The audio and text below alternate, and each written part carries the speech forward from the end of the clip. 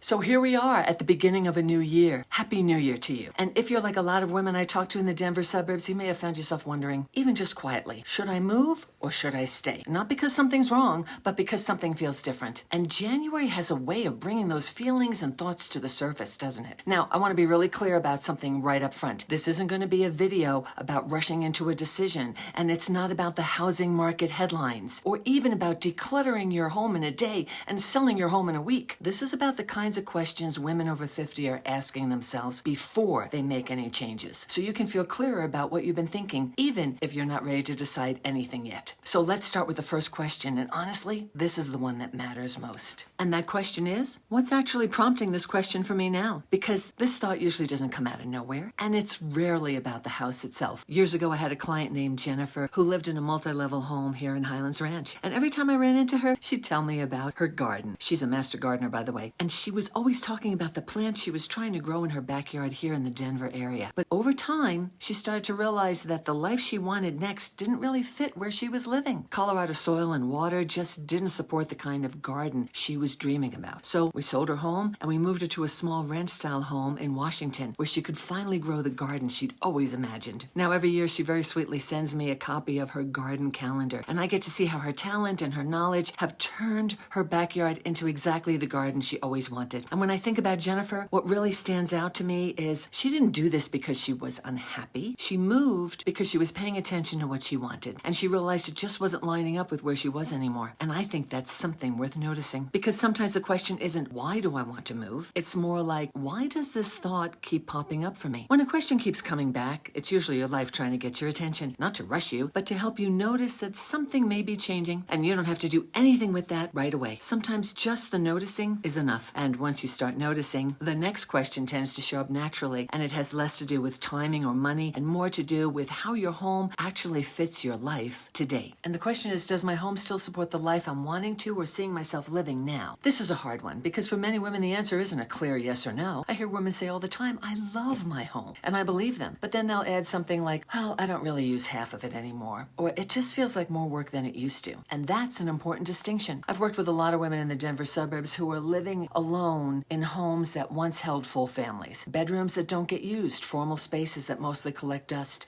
stairs that feel steeper than they did just 10 years ago. Nothing is broken, nothing is wrong, but the house is asking more of them than it used to. More maintenance, more energy, more responsibility. And when you're carrying all that on your own, even a home you love can start to feel heavier. This is where I often remind people that loving a home and being supported by it are not the same thing. A home can hold a lot of good memories and still not be the best fit for the life you're living now. That doesn't mean you've outgrown it in a negative way. It just means that your life has shifted. And this question isn't about convincing yourself to move. It's about noticing things like, do I feel relaxed when I'm at home, or am I always managing something? Does my home make my daily life easier or harder? Am I holding on to a space I no longer really need? There's no right or wrong answer here, just awareness. And once women start thinking about how their home fits their life, another question almost always shows up right behind it. And this is the one that keeps a lot of people stuck. And that's what we'll be talking about next. So once you start thinking about whether your home still fits your life, the next question almost always shows up, even if people don't say it out loud. And it's usually the one that keeps people from moving forward, even when they feel restless. It's, am I more afraid of moving or regretting not moving? This is where a lot of women get stuck, not because they can't make decisions, they've been making decisions their whole lives, but because this one feels permanent. I hear women say, what if I make the wrong choice? What if I sell and regret it? What if I move and I wish I'd stayed? And those are all very real fears. I worked with a woman named Dora who lived in Littleton for many years. In fact, she and her husband raised their family in a wonderful ranch-style home. After her husband of 30 years passed, she stayed in the home they had shared together. Staying felt safe, familiar, loyal. At the same time, her adult children and grandchildren were living in the South. For a long time, she told herself she was fine where she was. And in many ways, she was. But over time, she realized she wasn't really afraid of moving. She was afraid of missing out on watching her grandkids grow and losing the connection she wanted with her family. For Dora, the bigger regret wasn't about selling the house or leaving Colorado. The bigger regret would have been staying and missing out on the life that was happening somewhere else. And that's an important distinction. Now, this question isn't meant to push you toward a decision. It's simply asking you you to notice where your fear is coming from. Sometimes the fear is about moving. Sometimes it's about staying. And sometimes it's just about the change itself. And there's nothing wrong with any of that. What I've noticed is that fear and timing tend to get tangled together. When something feels scary, we often tell ourselves we're just not ready yet. So we say things like, not now, maybe later, let me think about it a little longer, which, by the way, is completely reasonable response, especially when we're talking about something as big as a move. But that's usually the moment when another question quietly shows up, and it has everything to do with what ready actually means. And that's the next question.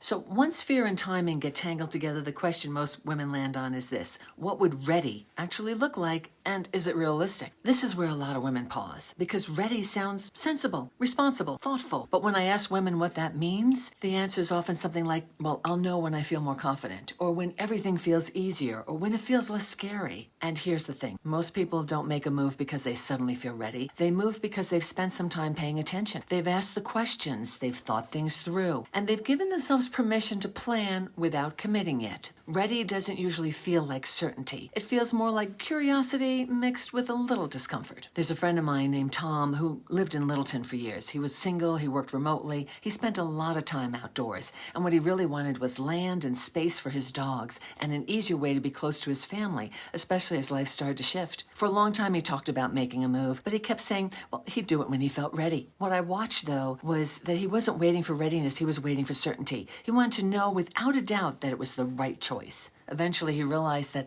the life he wanted, being near family, having room to breathe, and spending more time outside, wasn't going to happen where he was. And because he could work remotely, he gave himself permission to stop waiting for everything to feel perfectly lined up. He moved to North Carolina, not because he felt fearless or completely sure, but because the lifestyle he wanted required a different setting. As we head into a new year, I just want you to know this. You don't have to figure everything out right now. If this question has been sitting with you or popping up when things get quiet, that's not something to push away. It's usually just your way of noticing that something matters. And sometimes that's enough for now. Hi, my name's Peggy Durstoff. I'm a realtor with Live Denver Suburbs powered by HomeSmart, and I specialize in helping women 50 plus make smart, confident moves, especially when they're doing it on their own after a big life change or as you head into a new chapter. If this conversation resonated with you, I have another video on my channel a lot of women find helpful: how to declutter when you want to keep everything. Yeah, it's about why decluttering feels so emotional, especially after years in the same home. I'll link it here for you and below so you can watch it when you're ready. In the meantime,